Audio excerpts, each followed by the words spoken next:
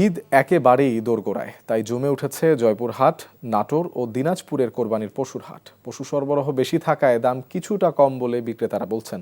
বিস্তারিত জীবন আহমেদের ডেস্ক রিপোর্টে। জয়পুরহাটে স্থায়ী ও অস্থায়ী মিলে মোট ২৭টি কোরবানির পশু হাটে সরাসরি বেচা কেনা ছাড়াও এবার অনলাইনে কোরবানির পশু বিক্রি হচ্ছে।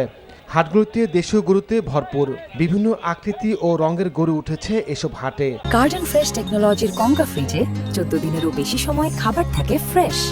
দাম কিছুটা কম হওয়া ক্রেতারা তাদের পছন্দের পশুটি কিনে নিচ্ছেন। দেশের বিভিন্ন স্থান থেকে ব্যাপারীরাও আসছেন এখান থেকে গরু কিনে নিতে।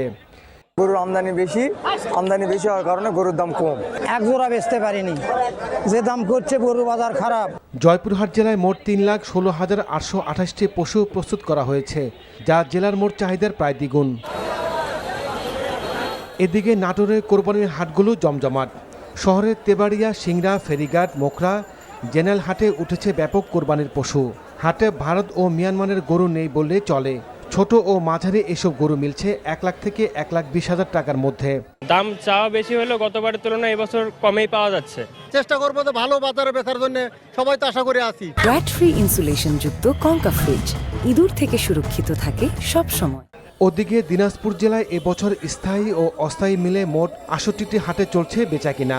৬৫ থেকে ৮০,০০০-এর মধ্যে মিলছে মাঝারি আকৃতির গরু।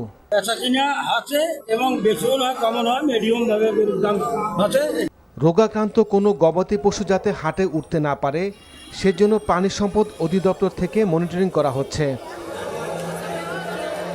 জীবন আহমেদ, এনটিভি নিউজ ডেস্ক।